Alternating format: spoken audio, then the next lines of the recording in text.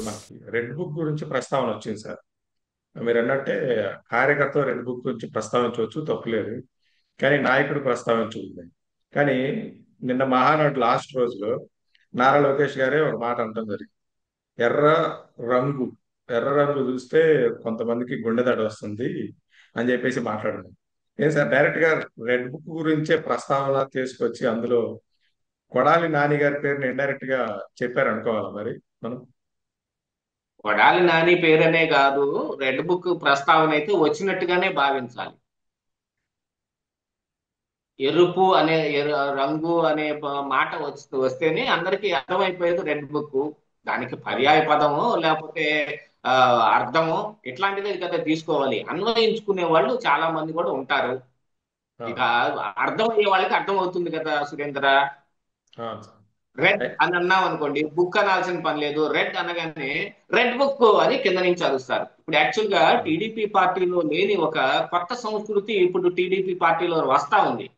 దాన్నే ఇప్పుడు ఇంత ముందు జగన్మోహన్ రెడ్డి లేకపోతే పవన్ కళ్యాణ్ బహిరంగ సభలో మీటింగ్ లో ఇది ఇది మాట్లాడుతున్నప్పుడు ఇక్కడ ఏ వాళ్ళు కొంత ఒక మాట చెప్పగానే మిగతాది కింద వాళ్ళు పూర్తి చేస్తుంటారు అవును. ఎదురుగా ఉన్న జనాలు.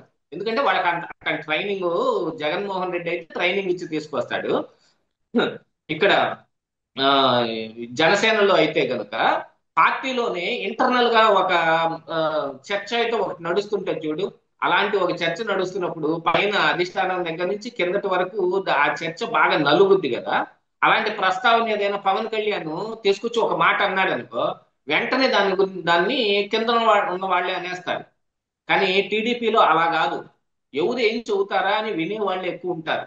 కానీ ఇప్పుడు ప్రస్తుతం ఈ రెండు పార్టీలను చూసి చెడిపోయారో, లేకపోతే వీళ్ళు కూడా అలాంటి ఒక దీన్ని ప్రొలాంగ్ చేయాలి, మనం కూడా ఇన్కార్పొరేట్ చేయాలి అనుకుంటున్నారేమో తెలియదు. కానీ ఇప్పుడు నారా లోకేష్ రెడ్ అన్నాడు అనుకో, కింద రెడ్ బుక్ చూస్తే పగిలిపోవాలంతే అని అరిచేవాళ్ళు చాలా మంది ఉంటారు. అవును. అలాంటి ఒక సంస్కృతి వచ్చేస్తుంది ఇప్పుడు పార్టీల్లో. వీటన్నిటిని దృష్టిలో పెట్టుకుని చంద్రబాబు నాయుడు గారు ఇలాంటి ఒక నిర్ణయం తీసుకుని దాని గురించి ప్రస్తావన వద్దు. ఎందుకంటే రెడ్ బుక్ రేపు ఖచ్చితంగా ఆ, జనాల్లో వ్యతిరేక భావన తీసుకొచ్చే రకంగానే ఉంటది. ఈరోజు వంశీ అరెస్టో, కొడాలి నాని అరెస్టో, రోజా అరెస్టో, లేకపోతే పిఎస్ఆర్ ఆంజనేయుల అరెస్టో జరిగితే పెద్దగా ఎవరు పట్టించుకునే వాళ్ళు ఉండరు. అదే రేపు జగన్మోహన్ రెడ్డి అరెస్ట్ జరిగింది అనుకోండి, వాళ్ళు ఎక్కువగా రెడ్ బుక్ పేరు మీదే చెబుతారు. ఇది కక్ష సాధింపు అని గట్టిగా చెబుతారు. ఆ చెప్పిన దాన్ని ప్రజలు ఆలోచిస్తారు. ప్రతిపక్ష నాయకుడి అరెస్టు జరిగినప్పుడు ఆలోచించే ప్రజలు వస్తారు. ఈ కిందనున్న వాళ్ళ గురించి ఆలోచించకపోవచ్చు. జగన్మోహన్ రెడ్డి అరెస్ట్ చేసినా కూడా ఇప్పుడు యాక్చువల్ గా జరిగేది ఏమిటి సురేంద్ర? ఆయన్ని జీవిత కాలానికి జైల్లో పెట్టగలుగుతారా? లేదు సార్. ఏదో ఒక సమయానికి 3 నెలల, 6 నెలల, సంవత్సరమా, 18 నెలల, ఎన్నో దాని ఏదో ఒక సమయంలో ఆయనకు కూడా బెయిల్ వస్తుంది. అవును. బెయిల్ వచ్చిన దగ్గర నుంచి జగన్మోహన్ రెడ్డి బయటకు వచ్చిన దగ్గర నుంచి ఇక ఆయన కార్యాచరణ మొదలు పెట్టేస్తాడు. ఇక మొత్తం ఇది ఒక కక్ష సాధింపులో భాగమే అని ప్రజల్లోకి నూరిపోస్తాడు.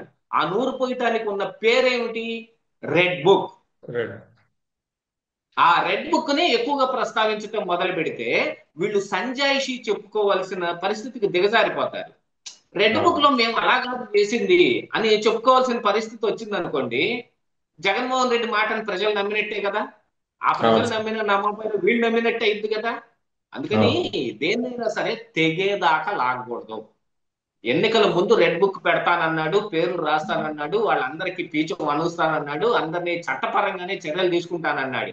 అధికారంలోకి వచ్చారు. ఏదైనా ఒకటి రెండు అరెస్టులు అంటే పోసాని కృష్ణమురళి అరెస్ట్ ని మనం ఎట్లా చూడాలంటే రెడ్ బుక్ లో భాగంగానే చూడాలి. అదే ఇప్పుడు వల్లభనేని వంశీ అరెస్ట్ ను కూడా రెడ్ బుక్ లో భాగంగానే చూడాలి. కానీ సంస్థాగతంగా ఇప్పుడు నెయ్యి కల్తీలో కావచ్చు, లేకపోతే ఇసుక మైనింగ్ లో కావచ్చు, లేకపోతే ఈ లిక్కర్ మాఫియాలో కావచ్చు, లిక్కర్ స్కాముల్లో ఏమేం స్కాముల్లో ఎవరెవరు పాల్గొన్నారు, వాళ్ళందరినీ ఆ, మరి వాళ్ళ వాళ్ళ మీద ఆరోపణలు ప్రాథమికంగా రుజువు చేసి వాళ్ళని జైల్లో పెట్టినా అంతా ఎక్కడికి వచ్చే పడింది? మళ్ళీ రెడ్ బుక్ లోకే వచ్చి ఉమ్. పడింది. ఇంకా అక్కడ వైఎస్ఆర్.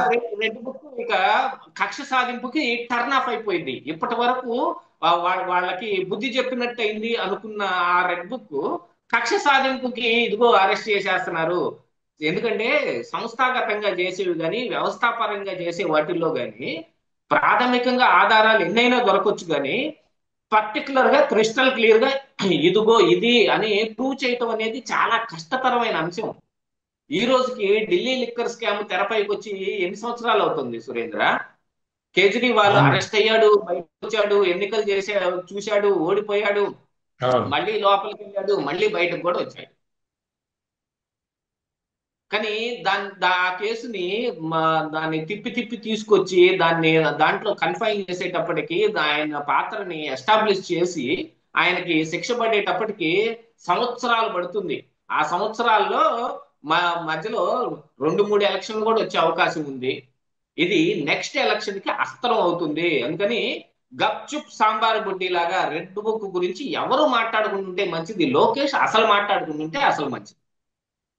అంటే ఇప్పటికీ కార్యకర్తలు, ఆల్రెడీ వైఎస్ఆర్సీపీ కార్యకర్తలు మీరు రెడ్ బుక్ రాజ్యాంగం నడుపుతున్నారు, నెక్స్ట్ మేము వస్తే రాజారెడ్డి రాజ్యాంగం ఉంటుందని చెప్పేసి మాట్లాడడం కూడా జరుగుతుంది. ఈ అవును, టైంలో అది మహానాడు లాంటి ఒక పెద్ద కార్యక్రమంలో లోకేష్ గారు ఈ వ్యాఖ్యలు చేయడం కొంచెం అసంబద్ధం అని అనుకోవాలి సార్ మనం అయితే. అంతే అనుకోవాలి, యాక్చువల్ గా అనుకోవాలి. కాకపోతే ఎంత తగ్గించుకుంటే అంత మంచిది.